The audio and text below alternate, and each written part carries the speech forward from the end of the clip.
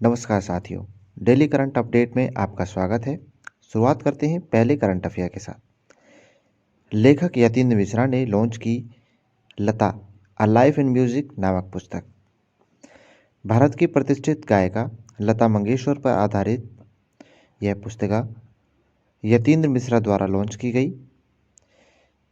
यह पुस्तक भारत की प्रसिद्ध गायिका लता मंगेशकर की 93वीं जयंती के उपलक्ष्य में पेंगुइन रैंडम हाउस इंडिया द्वारा प्रकाशित की जाएगी। लता अ लाइफ इन म्यूजिक के मूल रूप से लेखक यानी कि कवि यतीन्द्र मिश्रा ने हिंदी में कलमबंद किया था। इसे अब जानी मानी लेखिका व अनुवादक ईरा पांडे अंग्रेजी में अनुदित करेंगी। आगे आने वाले अनेक एग्जाम में आपको इस करंट अफेयर से बहुत से क्वेश्चन देखने को मिलने वाले हैं। अगला करंट अफेयर है ग्लोबल इनोवेशन इंडेक्स 2022 में भारत का रहा 40वां स्थान। ग्लोबल इनोवेशन इंडेक्स 2022 में भारत ने 40वां स्थान प्राप्त किया। ग्लोबल इनोवेशन इंडेक्स 2015 में भारत का 81वां स्थान रहा था। वहीं भारत साल 2021 में ग्लोबल इनोवेशन इंडेक्स में 40वें स्थान पर रहा था। ग्लोबल इनोवेशन इंडेक्स 2022 में पहले स्थान पर स्विट्जरलैंड, दूसरे स्थान पर संयुक्त राज्य अमेरिका व तीसरा स्थान स्वीडन जैसे देशों ने प्राप्त किया है। इस वीपो WIPO की स्थापना सन 1967 में की गई थी। वीपो के महानिदेशक डैरेन टैंग हैं। साथियों, अगर वीडियो आपके लिए हेल्पफुल है तो लाइक कमेंट जरूर करें। अगला करंट अफेयर है हमारा आर वेंकटरमणि बने भारत के अगले अटॉर्नी जनरल। ये भारत के वरिष्ठ अधिवक्ता आर वेंकटरमणि, इन्हें 3 सालों के लिए भारत के नए अटॉर्नी जनरल के रूप में नियुक्त किया गया है। केंद्र सरकार ने मुकुल रोहतगी को इनसे पहले अटॉर्नी जनरल पद सौंपने का प्रस्ताव किया था, परंतु उन्होंने ये पद ठुकरा दिया। अटॉर्नी जनरल का पद मुकुल रोहतगी को दिया गया था। इसके बाद अब यह पद वेंकटरमणि को दिया गया है। 30 सितंबर को जो पिछले अटॉर्नी जनरल हैं वेणुगोपाल, उनका कार्यकाल समाप्त हो जाएगा और उन्होंने लगभग 5 साल तक केंद्र सरकार में कानूनी अधिकारी यानी कि अटॉर्नी जनरल के पद के रूप का पद पर कार्य किया है। और इस साल जो जून का महीना गया है उस समय वेणुगोपाल जी के कार्यकाल को बढ़ाया गया था 3 महीने के लिए। अगला करंट अफेयर है हमारा मध्य प्रदेश के बांधवगढ़ में खोजा गया ASI ने 20 बौद्ध गुफाओं को। भारतीय पुरातत्व विभाग की टीम को मध्य प्रदेश के बांधवगढ़ जिले में 20 बौद्ध गुफाएं मिली हैं।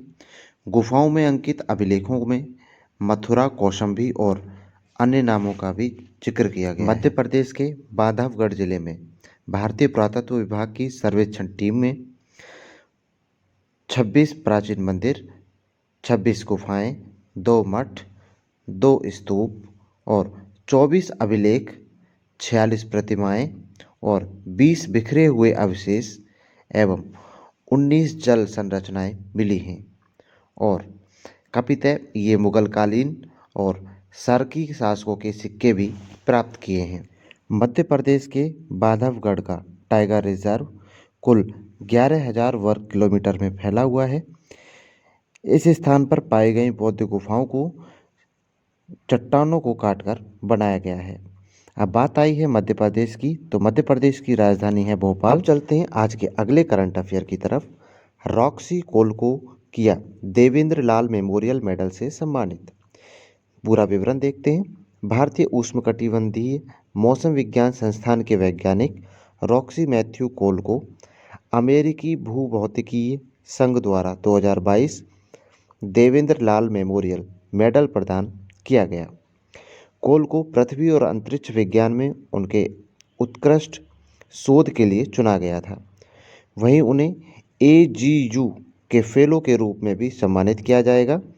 AGU एक गैर लाभकारी संगठन है जो पृथ्वी और अंतरिक्ष विज्ञान में अपने सम्मान और मान्यता कार्यक्रम के हिस्से के रूप में सालाना कुछ चुनिंदा व्यक्तियों को चुनता है। अब चलते हैं अगले करंट अफेयर की तरफ।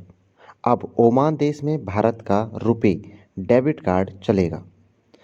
पूरा नोटिफिकेशन देखते हैं। National payment corporation of India यानी NPCI और सेंट्रल बैंक ऑफ ओमान यानी कि CBO ने ओमान में रुपे डेबिट कार्ड को लॉन्च करने के लिए एक ऐतिहासिक समझौता ज्ञापन पर हस्ताक्षर किए। वहीं विदेश राज्य मंत्री श्री मुरलीधरन की मौजूदगी में इस समझौता ज्ञापन पर हस्ताक्षर किए गए। इस समझौते के बाद अब ओमान देश में भारतीय अपना डेबिट कार्ड भी उपयोग कर पाएंगे। अब बात आई है ओमान की। ओमान की राजधानी है मस्कट और मुद्रा है ओमानी रियाल।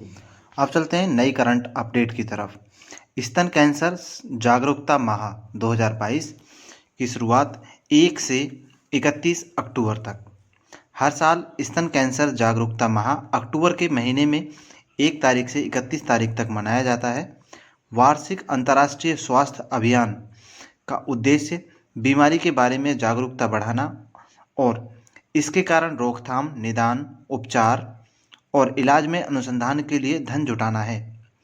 गुलाबी रिबन स्तन के कैंसर जागरूकता का एक अंतर्राष्ट्रीय प्रतीक है। स्तन कैंसर एक प्रकार का कैंसर है जो स्तन के ग्रंथियों के ऊतकों में नलिकाओं या लोब्यूल के एपिथेलियम में उत्पन्न होता है, जिसे अस्तर कोशिकाएं भी कहते हैं। अब चलते हैं नई करंट अपडेट की तरफ। यूकिंग तांग ने जीता शास्त्र रामानुज पुरस्कार। सन 2022 के लिए शास्त्र रामानुज पुरस्कार यूकिंग तांग ये सहायक प्रोफेसर हैं कैलिफोर्निया यूनिवर्सिटी के बार्कले में। ये संयुक्त राज्य अमेरिका को दिया जाएगा। श्रीनिवास रामानुज से प्रभावित होकर मैथ्स यानी गणित के क्षेत्र में उत्कृष्ट योगदान देने वाली जिनकी उम्र 32 वर्ष से कम होती है उन व्यक्तियों को इस पुरस्कार के तहत 10,000 अमेरिकी डॉलर की नगद राशि प्रदान की जाती है। यह पुरस्कार की शुरुआत 2005 में सनगुना कला विज्ञान प्रौद्योगिकी और अनुसंधान अकादमी यानी चलते हैं नई करंट द्वारा अपडेट की तरफ।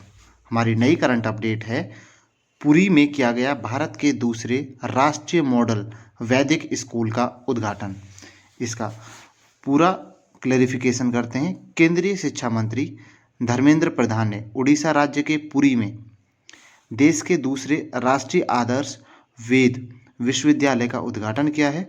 नेशनल मॉडल वैदिक स्कूल का निर्माण यहाँ केंद्रीय संस्कृत विश्वविद्यालय है उसी के परिसर में किया गया है।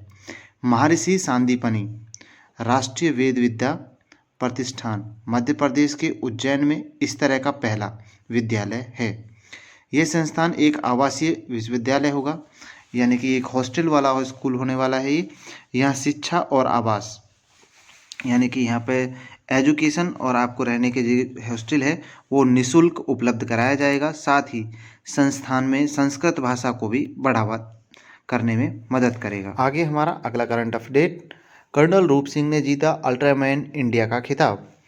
Lieutenant colonel Swaroop Singh quintal ने 10 किलोमीटर की तैराकी 4 घंटे 13 मिनट में पूरी करके 424 किलोमीटर की साइकिलिंग यानी उसे 16 घंटे 47 मिनट में पूरा करके उसी के साथ साथ 84 किलोमीटर रनिंग यानी कि डबल मैराथन की रनिंग 10 घंटे 16 मिनट में पूरी करके कुंतल जी ने ये पूरा कुल 31 घंटे 28 मिनट में अल्ट्रामैन का जो खिताब है उसमें पहला स्थान प्राप्त कर अल्ट्रामैन इंडिया का खिताब अपने नाम कर लिया है।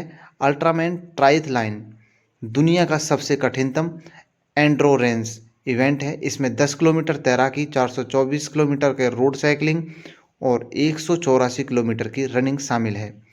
अल्ट्रामैन में पहले दिन 10 किलोमीटर की तैराकी कराई जाती है, उसके बाद 148 किलोमीटर की साइकिलिंग होती है, जबकि दूसरे दिन 276 किलोमीटर दोबारा से साइकिलिंग पूरी करनी होती है। इसी के साथ तीसरे दिन डबल मैराथन यानी 84 किलोमीटर की रनिंग पूरी करनी होती है।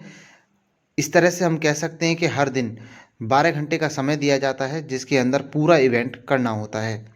अल्ट्रामैन इंडिया का जो प्रोग्राम है ये 1 से 3 अक्टूबर को पौंग डैम, हिमाचल प्रदेश के पौंग डैम में आयोजित हुआ और इस स्थान पर इस खेल को इस बार सन 2022 में कर्नल स्वरूप सिंह ने अल्ट्रामैन इंडिया का खिताब अपने नाम किया है और ये इन्होंने प्रथम स्थान प्राप्त किया है। ये एक बहुत ही कठिन परीक्षा है जिसे कर्नल रूप सिंह जी ने पार किया। अब चलते हैं नई करंट अपडेट की तरफ। ये है ईरान ने लॉन्च किया सब ऑर्बिटल स्पेस में परीक्षण टंग। ईरान देश ने उपग्रहों की कक्षाओं के बीच स्थानांतरित करने में सक्षम एक अंतरिक्ष टग प्रक्षेपित किया है, लॉन्च किया है। ईरान की जो अंतरिक्ष एजेंसी के प्रमुख हैं हसन सलारी ने बताया कि अधिकारियों को निकट भविष्य में मुख्य टंग का उपयोग परीक्षण करने की उम्मीद है। ईरान ने 2017 में इस यान का अनावरण किया था। अंतरिक्ष टग का उपयोग उपग्रहों को एक कक्षा से दूसरी कक्षा में स्थानांतरित करने के लिए किया जाता है। अगले इंपोर्टेंट करंट अफेयर की तरफ। दिनेश कुमार बने यूएपीए ट्रिब्यूनल के पीठासीन अधिकारी।